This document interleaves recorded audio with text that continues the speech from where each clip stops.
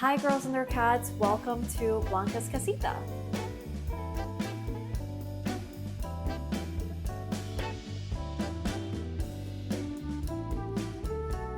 Hi everyone, my name is Ismelka and this is my cat Blanca. Blanca likes snacks, little soccer balls that she can play with, and cuddling in the morning and at night. Blanca dislikes loud noises and being held for a long period of time. What are her nicknames? Blanquita, which is little Blanca in Spanish. Blanquísima, one of my friends calls her that. And then when she's being angry or weird, then my fiance calls her Blancota, which is big Blanca.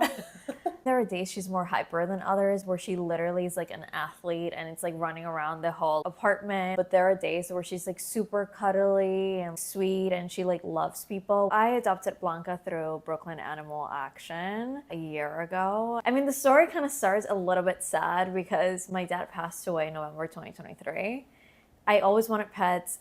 Never had a pet, never had a dog, nothing. One day I woke up and I was like, I want to foster. So then I had a friend who referred me to Brooklyn Animal Action to first foster. And I went into like the store that they do the fostering and the adoption events here in Brooklyn. And when I went, she was like one of the last two cats left. She was so cute, looked very scared. And in all honesty, in that moment, I was just kind of like, is she gonna be a problematic cat? Like, why did no one want her? But then as soon as I brought her into the apartment, she was just so adorable and so fun. And literally within like a week or two, I was like, I wanna keep the cat, which was very much a rash decision, but obviously I think she fit into my life very perfectly, especially at a moment that I needed a sense of comfort, and I've been able to comfort her too, I think. For many months, honestly, I wasn't able to get like a good night's sleep. I was having a lot of nightmares and I was still having to get through my everyday life. I think a sense of taking care of something else that wasn't just me kind of helped my mind get off of things, and I think it was honestly very helpful. I'm a very big proponent of people who are going through grief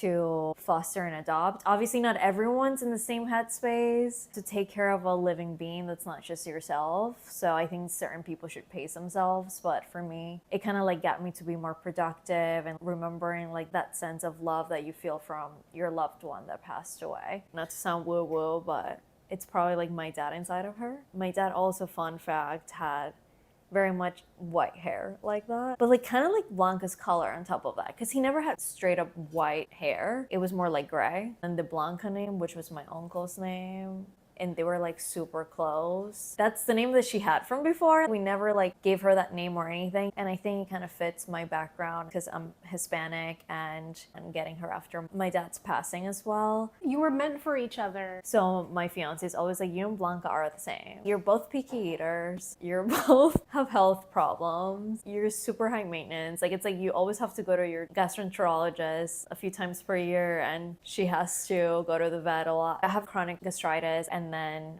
she's epileptic. She started having seizures when I moved into this apartment. Sometimes they happen at 5 a.m. Sometimes like it happens before I have to go out for an event or something. What do you do for her when she has a seizure? So she takes medicine every day. We give her medicine in the morning and at night. That's supposed to decrease the seizures. It's not supposed to end them in any shape or form. And then when she has one, we just need to make sure she's like not hitting her head. So like we may have to grab her head for a little bit. Unfortunately, sometimes they happen when we're not home. So we come back and her tail will be wet from peeing herself, and she looks a little bit scared, and there's like saliva on the floor. So there's usually a few signs when they happen. Are there signs leading up to, or are there triggers or anything? No. At first we thought the main trigger was the bathroom, because they would only happen in the bathroom, and only at like 5:30 a.m. because she would like meow really loudly, like as if someone was about to kill her or something. A lot of vet visits we had, unfortunately. Not to sound bougie, but like all her food is organic and she probably eats better than some humans. She's so soft.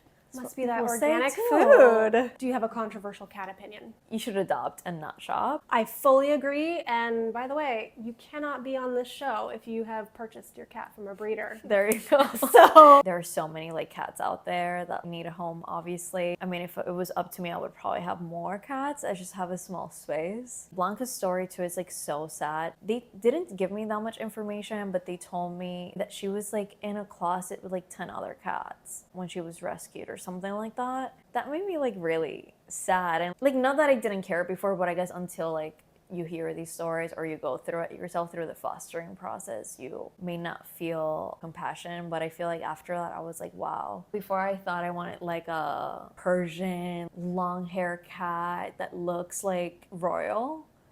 And now I'm like, well, Blanca's royal in her own way. yeah, she is.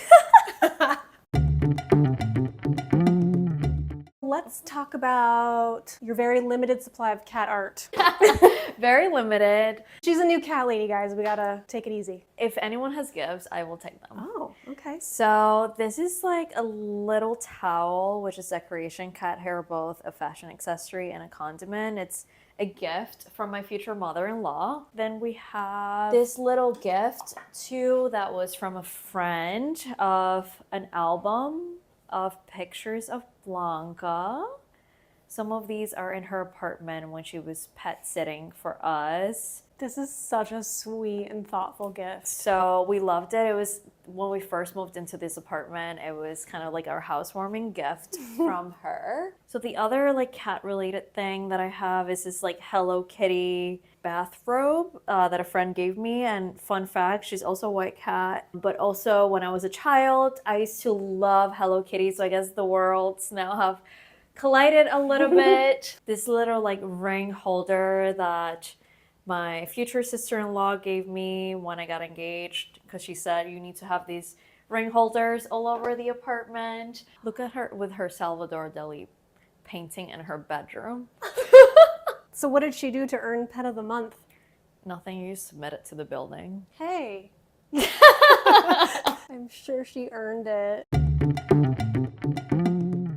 Where do you keep the litter box? So the litter box is in this huge like furniture box. And the main reason why we got this is because we didn't want it to look like just like a cat furniture thing. So kind of like be able to hide the litter box inside. She goes through here. And the cool thing about this thing is like scratchable. Sometimes she'll scratch on this, not too much. She's not a huge fan, but it's there for that purpose. We have some other things which serves for storage for all of her things. Oh, nice. So we have like her dry food, which is more like when we give her like her snacks midday when we're not here, so she can think of us when we're away. Some catnip, which I don't really use that much. And then here we have like the rest of her toys, all the soccer balls that literally look like a soccer ball. This was a birthday hat we got her when we faked her birthday because we don't know when her real birthday is. Snacks. And then we have her epilepsy medicine here. Oh. And the pill cutters because we have to cut her pills. And then we usually give her the pills with this. We had a lot of different trials on how to give her medicine because at first she just would like spit it, or in the pill holder she would eat around the pill holder.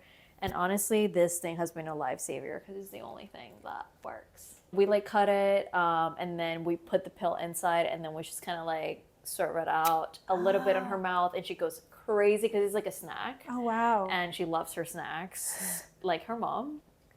Oh, she loves doing this. And her dirty butt, Blanca.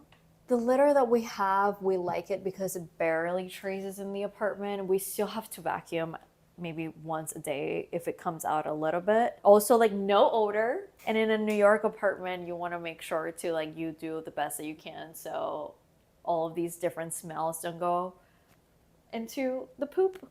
And then it all like kind of, I don't know, what do you call it? It rolls very nicely, I don't know. Clumps. Clumps, that's the word I was looking for. See, I'm still a new cat lady.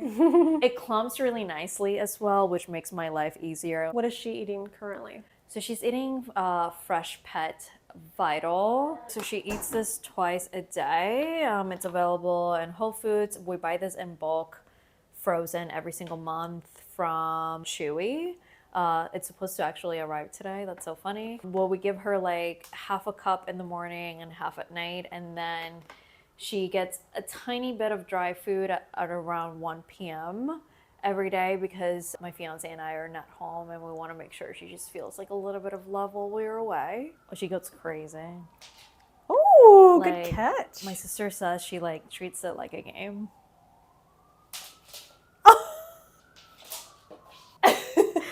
Like, I started clean, and now I'm not clean, Blanca. That's the tour. Thanks for coming.